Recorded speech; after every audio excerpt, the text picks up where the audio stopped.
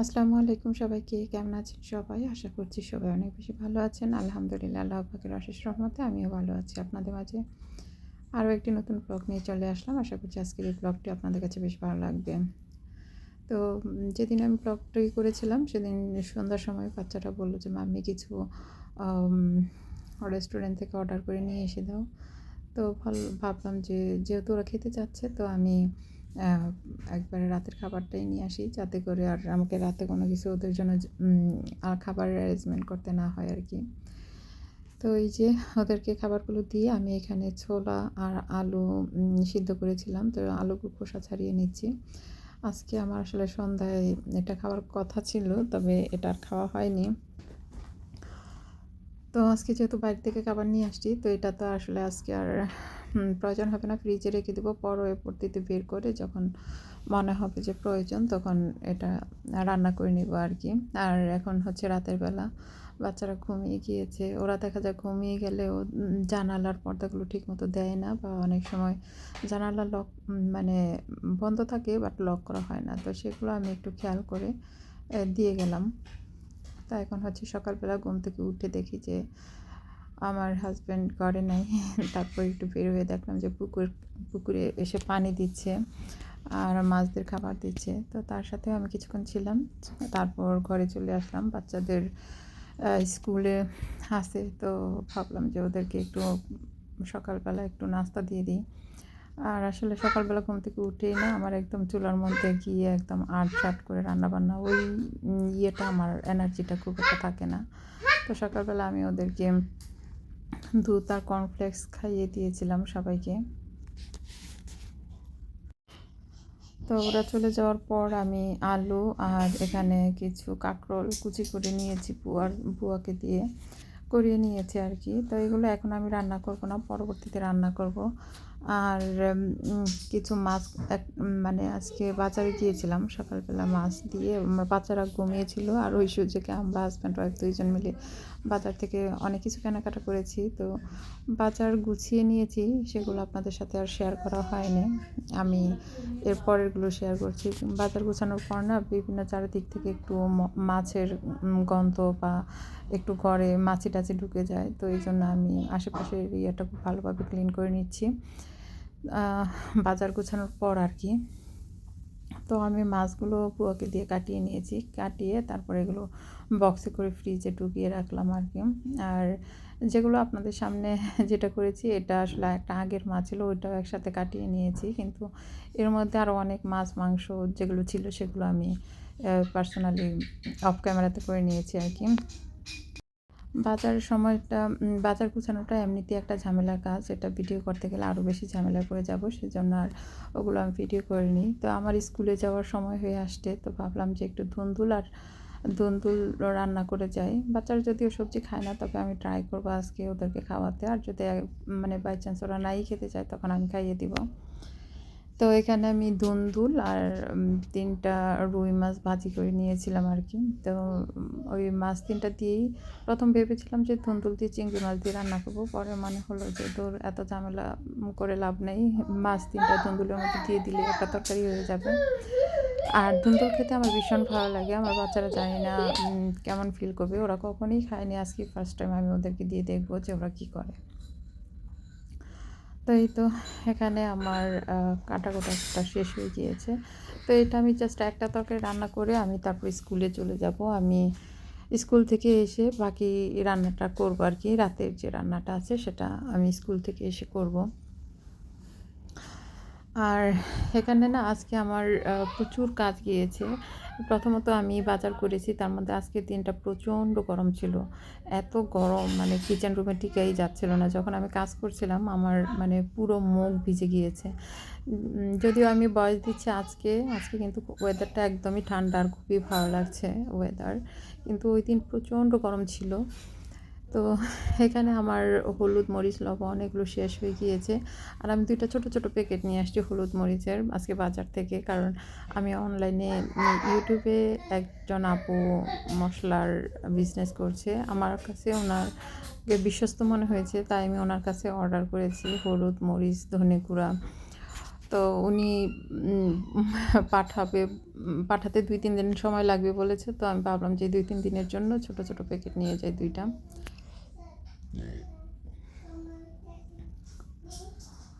তো এই যে মাছ 3টা এখানে ম্যারিনেট করে রেখে দিয়েছি, আর ভাতটাও বসিয়ে দিয়েছি।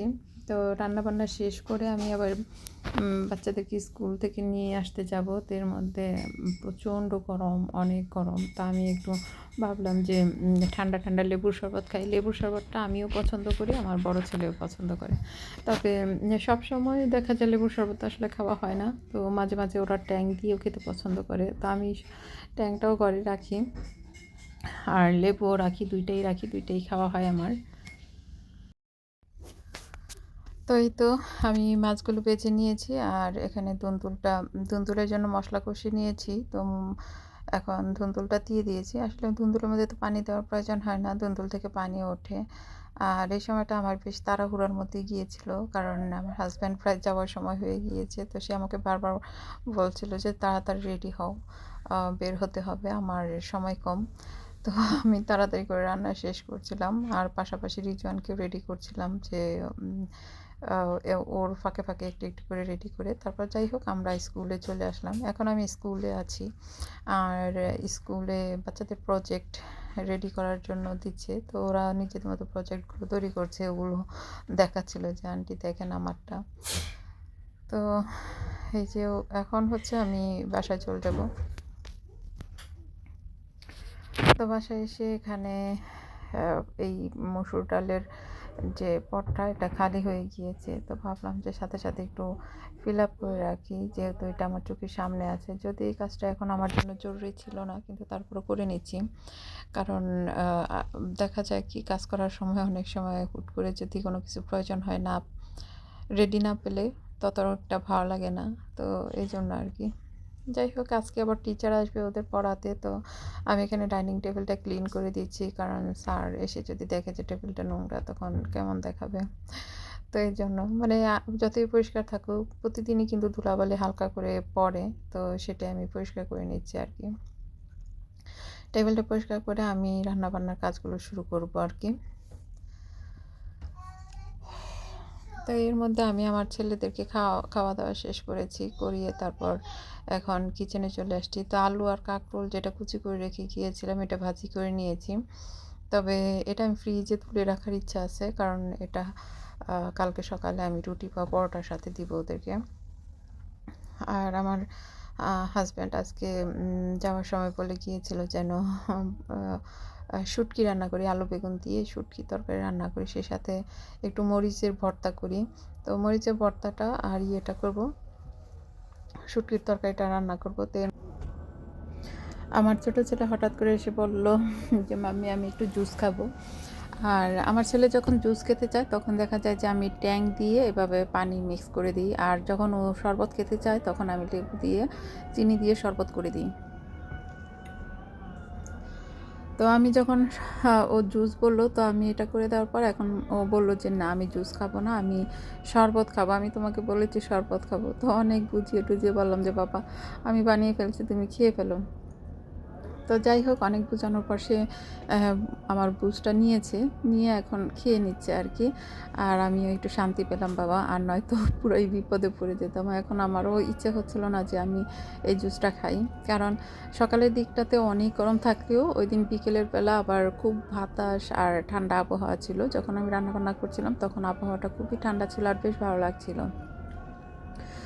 তো যাই হোক, এখন আমি রান্নাবান্না করতে আসছি। আমার কাঁকরোল ভাজির তরকারিটা হয়ে গিয়েছে, আর এখন কিছু বেগুন আমি কড়াইতে তেল গরম করে তারপর দিয়ে দিচ্ছি, কারণ এই বেগুনগুলো আমি ভর্তা বানাবো। আর আমি যখন বয়স দিচ্ছিলাম তখন মাগরিবের আজান হচ্ছে আর কি। তো হঠাৎ করে খেয়াল হলো যে চারদিকে আজান হচ্ছে, তারপর আমি আবার বন্ধ করে রেখে তারপর এখন বয়স দিচ্ছি। আর এর মধ্যে আমি রান্নাবান্নার টুকটাক কাজে গিয়ে নিয়েছি।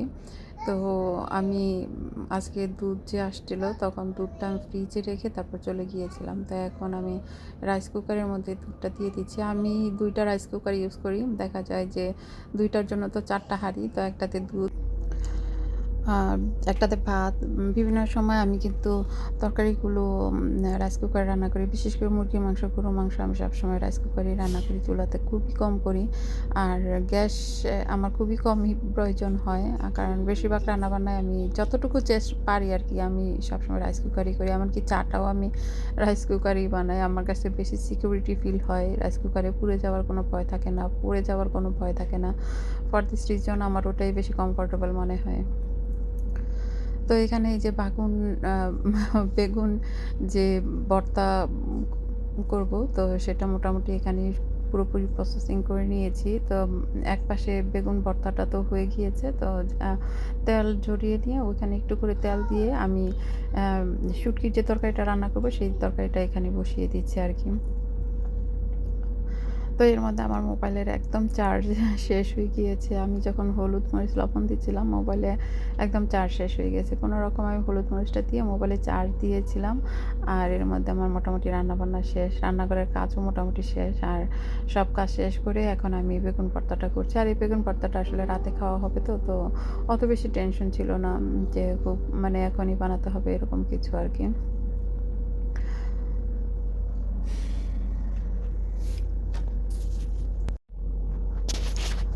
তো এই বেগুনগুলো ভেজে তারপর চুলার মধ্যে পেঁয়াজগুলো মোটামুটি ভেজে নিয়েছি, ধনেপাতাও দিয়েছিলাম, লবণ দিয়ে ভেজে নিয়েছিলাম। তো এত মজা হয়েছে কি বলবো আপনাদেরকে, খুবই ভালো লেগেছে। আপনারা জানেন আসলে বেগুন ভর্তা অনেকভাবেই করা যায়, কে কীভাবে করেন আমি তো বলতে পারবো না।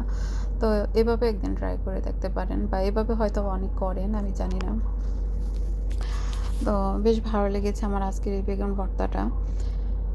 তো এখন হচ্ছে সবাই দুপুরে খেয়ে নিলেও আমার ছোট ছেলে কিন্তু এখনও ভাত খায়নি ও। ও স্কুলে ক্যান্টিনে যখন গিয়েছিলাম, স্কুলে যখন গিয়েছিলাম তো ও ক্যান্টিন থেকে অনেক মানে ওর পছন্দ মতো খাবার খেয়েছে, যার জন্য ওর তখন ক্ষুধা ছিল না। আর ক্ষুধা না থাকলে আসলে বাচ্চাদেরকে খাওয়ানোর প্রেশার দেওয়াটা একদমই উচিত না। তো আমি শুটকির তরকারিতে বেশি করে আলু দিয়েছিলাম, কারণ আমিও আলু খাই। আমার ছোট ছেলেটা মাশাআল্লাহ সব ধরনের সবজিতেও অভ্যস্ত আলহামদুলিল্লাহ। আমার বড় ২ ছেলের মতো হয়নি। কারণ বড় ২ ছেলে ডিম আর সরি মানে মাংস ছাড়া ওরা অন্য কোনো খাবার একদমই খেতে চায় না।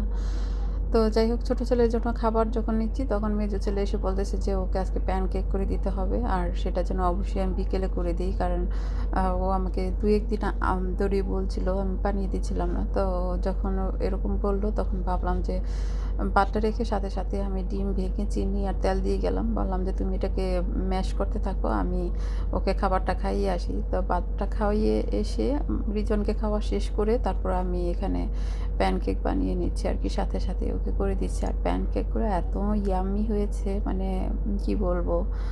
আমি সাধারণত কেক-টেক অত বেশি খাই না। তবে আজকে একটা প্যানকেক খেয়েছিলাম। মাশাআল্লাহ বেশ ভালো লেগেছিল আমার। তো এই তো আমার প্যানকেকগুলো আমি বানিয়ে নিচ্ছি। তো এর মধ্যে রায়ান এসে বলল যে, "মাম্মি আমি মাছদেরকে খাবার দিব।" তো আমি বললাম যে, "বাবা একটু কিছুক্ষণ সময় ওয়েট করো।" কারণ ওটা আমিও ভিডিও করব একটু মাছদের খাবার দেওয়ার সময়টা আরকি। তো এখানে আমি আপনাদেরকে একটু দেখিয়ে দিচ্ছি ভিতরটা মাশাআল্লাহ কত সুন্দর হয়েছে আমার প্যানকেকের। তো এটা বাচ্চারা অনেক মজা করে খেয়েছিল আজকে। তো এখানে একটা গোলাপ ফুল দেখেন ফুটবে, ফুটবে অবস্থায় আছে। তো এখানে রিজওয়ান তো ছোট আসলে সবকিছুতে ও এখন বেশি পণ্ডিতি করার চেষ্টা করে। সবকিছু ও নিজের হাতে করার চেষ্টা করে। বিশেষ করে রায়ান যে কাজগুলো করে সেই কাজগুলো ওর দখলে নিতে পারলে ও অনেক নিজেকে রাজা মনে করে। তো এখন যখন রায়ান খাবার দিতে আসছে মাছদেরকে, তো ও ওর কাছ থেকে কেড়ে নিয়ে নিয়েছে যে ও দিবে। তো যাই হোক ও দিচ্ছে মাছকে খাবার। তো আমি একটু ভিডিও করলাম। মাছকে খাবার দেওয়ার পর মাছগুলো কিন্তু লাফালাফি করে পুকুরে, বেশ ভালোই। তো এই তো মাছকে খাবার দিয়ে এসে আমি আবার চলে আসলাম আমার কাজ করার জন্য। তো আজকের আমার এই ব্লগটা আসলে এই পর্যন্তই আমি রেখেছি। আবারও আপনাদের সাথে নতুন কোনো ব্লগ নিয়ে আসলে কথা হবে। জানি না কেমন লেগেছে এই পর্যন্ত দেখে আসতেন কিনা তাও জানি না। যারা এই পর্যন্ত দেখে আসতেন তাদের কাছে অনুরোধ রইল যে আমার চ্যানেলটাকে সাবস্ক্রাইব করে রেখে দিয়েন। আর ভিডিওটা ভালো লাগলে লাইক দিয়ে দিয়েন। পরবর্তীতে আরও ভিডিও দেখতে চাইলে আমার চ্যানেলটাকে সাবস্ক্রাইব করে রেখে দিন। এতে করে আপনি যে কোনো ভিডিও যখন ছাড়বো ইউটিউবে আপনাদের মোবাইলে নোটিফিকেশন চলে যাবে আর আমার নতুন নতুন ভিডিওগুলো আপনারা দেখে নিতে পারবেন। তো এই পর্যন্তই আমার আজকের ব্লগ। সবাই ভালো থাকবেন। আসসালামু আলাইকুম। আল্লাহ হাফেজ সবাইকে।